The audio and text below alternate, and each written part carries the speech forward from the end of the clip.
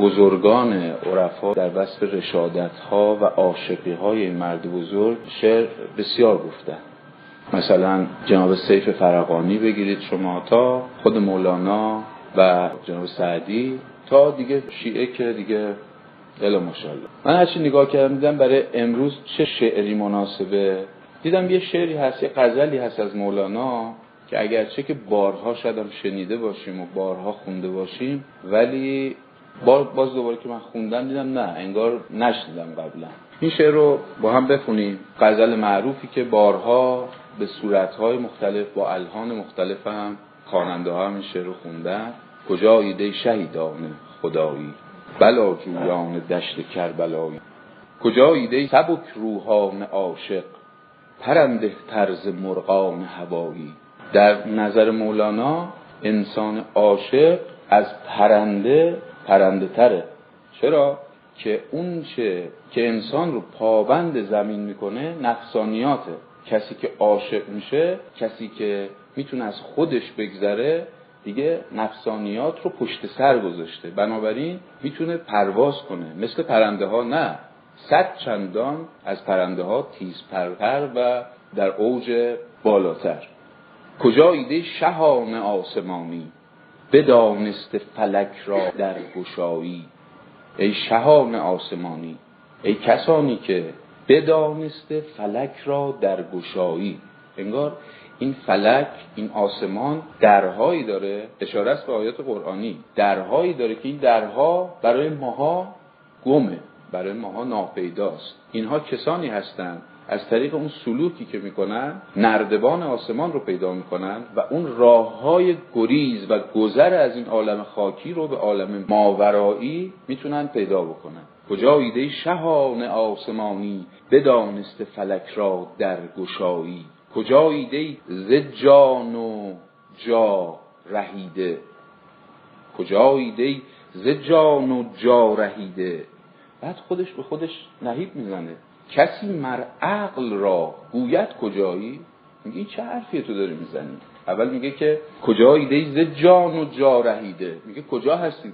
بعد میگه چی داری میگی تو به عقل مگه میتونی بگی کجایی؟ عقل که دیگه در قید و بند مکان و زمان و جا و فضا نیست که. کجا ایده در زندان شکسته، کجا ایده در زندان شکسته، به داد وامداران را رهایی.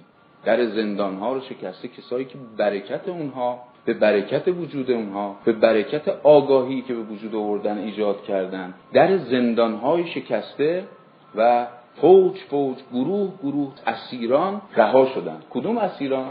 اسیران نفس، کسانی که با دیدن راه و روش و سلوک اونها پیدا کردن که چجوری اونها میتونن از این قفس نجات پیدا کنن. یادتون بیاد داستان طوطی و بازرگان رو. طوطی و بازرگان، اون طوطی ها با مردنشون، با افتادن خودشون به این طوطی که توی بند بودن که راه رهایی، راه نجات پیدا کردن از این زندان، از این قفس چیه؟ کجا ایده در مخزن گشاده. مخزن یعنی گنجینه، ثروت. کدوم ثروت؟ به فراخور حال خودتون ببینید که اینا کدوم ثروت رو درش رو گشادن. کجا ایده در مخزن گشاده، کجا ایده نوای بی نوایی. در آن بحری که این عالم کف اوست. کف روی آب، نه کف به معنی پایین، نه. در آن بحری، شما در عمق آن دریایی به سر میبرید که این جهانی که ما حیرانش هستیم و بهارش رو زیبا میبینیم و پاییزش رو شگفت انگیز میبینیم و میریم توی آسمون ها و کهکشاناش از میلیاردها میلیون ها سال نوری صحبت میکنیم، به قول معروف میکروسکوپیش از بی نهایت ریزش میگیم، ما شگفت زده میشیم. این کف اون عالمه، کف روی آبه که از این کف که میگذرید شما تازه وارد دریا میشید. تا وقتی که کف رو میبینید و توجهتون به کف، اصلا از دریا غافل هستید. چه بسا کف روی آبه برای اینکه دریا رو نبینید شما. کوششیه. در آن بحری که عالم کف او، زمانی بیش دارید آشنایی. میگه حالا که پیش ما هستی، یه لحظه کجا دارید میرید؟ یه لحظه بمونید. میخواد متوسل بشه به اونها که شما که دارید میرید دست ما رو هم بگیرید. کف دریاست صورت‌های عالم، کف دریاست صورت‌های عالم. ز کف بگذر اگر اهل صفایی، دلم کف کرد که نقش سخن شد. بهل نقش و به دل رو گرز مایی، برا ای شمس تبریزی ز مشرق. برا ای شمس تبریزی ز مشرق، که اصل هر ضیایی. این توصیفاتی که مولانا در مورد شمس میکنه نمیشه که در مورد شخص باشه. شمس هم یه شخص نمادینه. در بسیاری از ابیاتی که توی مثنوی هست و توی غزلیات شمس هست، شمس به قول خود مولانا میگه شمس تبریز خود بهانه است.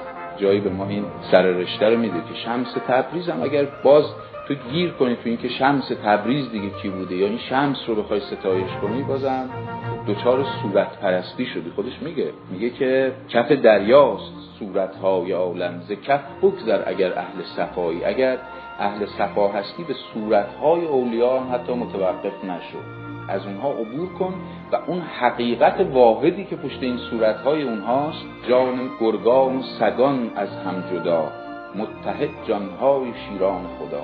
شیران خدا کسانی که در سلوک به نقطه‌ای برسن، به اندازه‌ای که مستعد باشن و به اندازه‌ای که سلوک کنن و به اندازه‌ای که راه پیدا کنن، اینها به عالم یگانگی و وحدت که نزدیک بشن، در واقع به همدیگه نزدیک میشن.